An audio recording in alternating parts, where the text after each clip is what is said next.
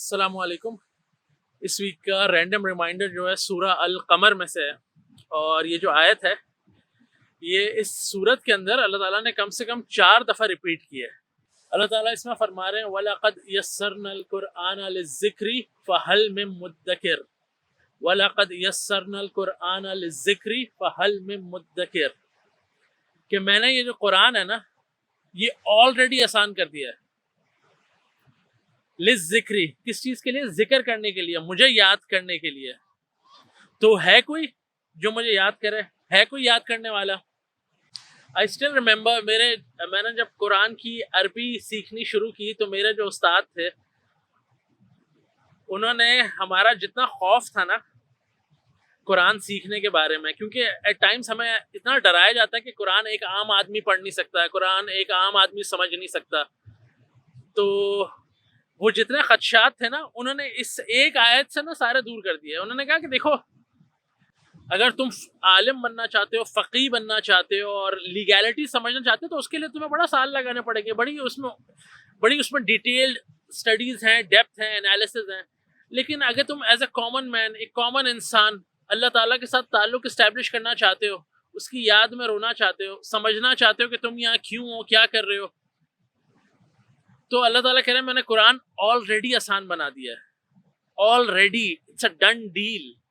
تو اگر میری اور آپ کی نیت ہے نا کہ مجھے اللہ کو یاد کرنا ہے، اپنی زندگی میں اللہ تعالیٰ کو وہ سینٹرل مقام دینا ہے اور سمجھنا ہے کہ اللہ تعالیٰ کیا چاہتے ہیں،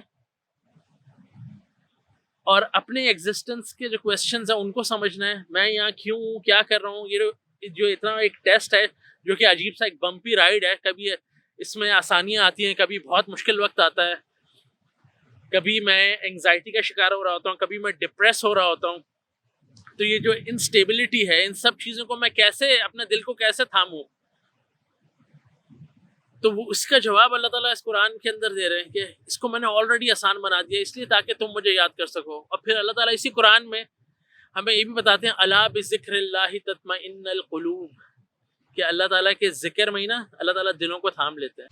اور یہ آیت جو ہے نا اللہ تعالیٰ نے 4 دفعہ ریپیٹ کی ہے اس سورت کے اندر، اور ہر دفعہ ایک سٹوری آف ڈسٹرکشن ہے، کس طرح انسان نے اپنی بربادی کے فیصلے کیے اور اس نے اللہ تعالیٰ کو اگنور کیا اس دنیا میں آ کے، اور کس طرح اس نے اپنی تباہی کو انوائٹ کیا.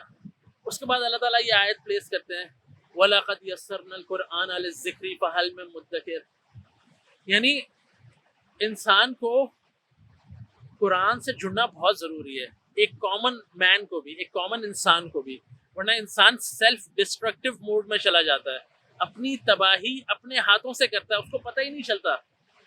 آپ سوچ کے دیکھیں، ہم اپنا اتنا سارا ٹائم ایسے ہی ویسٹ کرتے ہیں. قرآن سمجھ کے پڑھنے لگیں گے نا تو you will see this life in a very different way. Quran کے لینس سے آپ دیکھیں گے نا رشتوں کو، اپنی زندگی کے جہاں جس سٹیج پر رکے ہوئے ہیں وہاں اپنی آزمائشوں کو، اپنی آسانیوں کو. It's a different world. Allah تعالیٰ جو سکون عطا کریں گے نا آپ کو، جو مائنڈ سیٹ دیں گے، جو ہارٹ سیٹ دیں گے، ان کو آپ الفاظوں میں بیان نہیں کر سکتے. میں یہ نہیں کہہ رہا کہ میری اور آپ کی پرابلمس ختم ہو جائیں گی، میں صرف یہ کہہ رہا ہوں کہ سب چیزیں بڑی پرسپیکٹیو میں آ جائیں گی، چیزوں کو دیکھنے کا زاویہ، کلیئرٹی مل جائے گی، اور اللہ تعالیٰ اس سفر کو نیویگیٹ کروا دیں گے باذن اللہ. تو سوچیں اس بارے میں، قرآن سے جڑیں. قرآن آلریڈی آسان بنا دیا گیا ہے. بہت ساری متس، بہت ساری ایسی جھوٹی خبریں، من گھڑت باتیں، وہم، وسوسے، یہ سب چیزیں دم توڑ دیں گی جب قرآن کھلے گا. سوچیے گا.